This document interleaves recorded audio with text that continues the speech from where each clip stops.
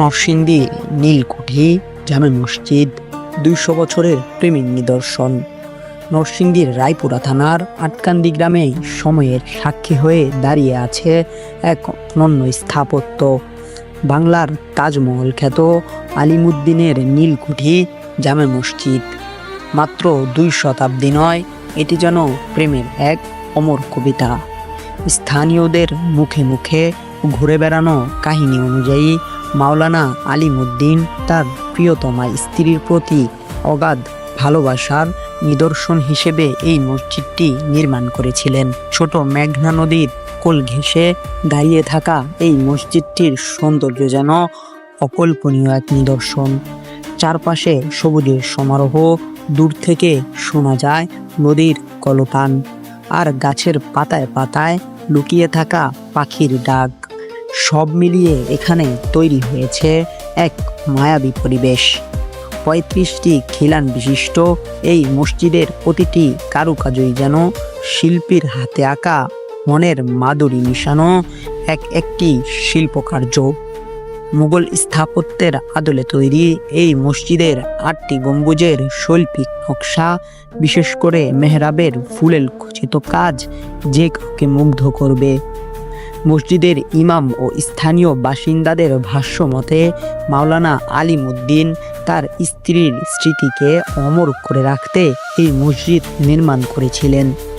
স্ত্রীর প্রতি তার গভীর মমত্ববোধ ও শ্রদ্ধা আজও এই ইট পাথরের দেয়ালে মিশে আছে।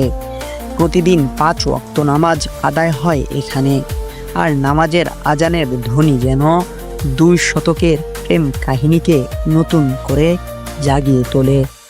যদিও এই মসজিদ দেখতে প্রতি বছর দেশ বিদেশের পর্যটক ও ইতিহাস প্রেমীরা ভিড় জমান, তবুও সংস্কারের অভাবে এর অস্তিত্ব আজ হুমকির মুখে।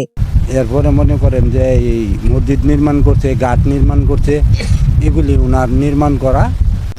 আসলে এটা মূলত মসজিদেই, কিন্তু অনেকেই বলে যে স্ত্রীর প্রতি একটা স্মৃতি হিসাবে বা ভালোবাসা হিসাবে এই মসজিদটা আর কি নির্মাণ করেছে।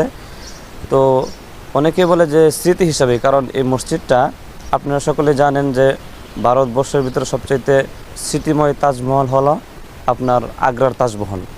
তো আগ্রার তাজমহল যেরকম আপনার কারুকার্য, সেম এই মসজিদটা আগ্রার তাজমহলের মতো আর কি। হ্যাঁ, মসজিদের কাজ অনেক বাকি আছে, যা দেখতেছেন প্রায় আপনার 60% কাজ হয়েছে, 40% কাজ বাকি আছে। এখন গ্রামবাসী প্রশাসনের প্রতি খুব আশ্বাস, যেরকমভাবে প্রশাসন দৃষ্টি আকর্ষণ দেয় মসজিদের প্রতি, ইনশাআল্লাহ আমরা বা গ্রামবাসীরা আলহামদুলিল্লাহ এটা মেনে নিতে রাজি আছে সহযোগিতার দিক দিয়ে। করেন আমরা যে সংস্কারটা করছি, এটা আমরা দেশের এলাকার মানুষ আমরা করছি, কিন্তু আমরা কোনো সরকারি অনুদান এটা থেকে পাই নাই। এটা এতটুকু করছি আমরা নিজেরা অধ্যয়নে করছি আর কি, মানে এইটাই কথা। কিন্তু সরকারি অনুদান আমরা আজ পর্যন্ত এটাতে কোনো পাইছি না। যদি সরকারি অনুদান পাইতাম তো একটু আরও একটু উন্নত করতাম, একটু ভালো করতাম।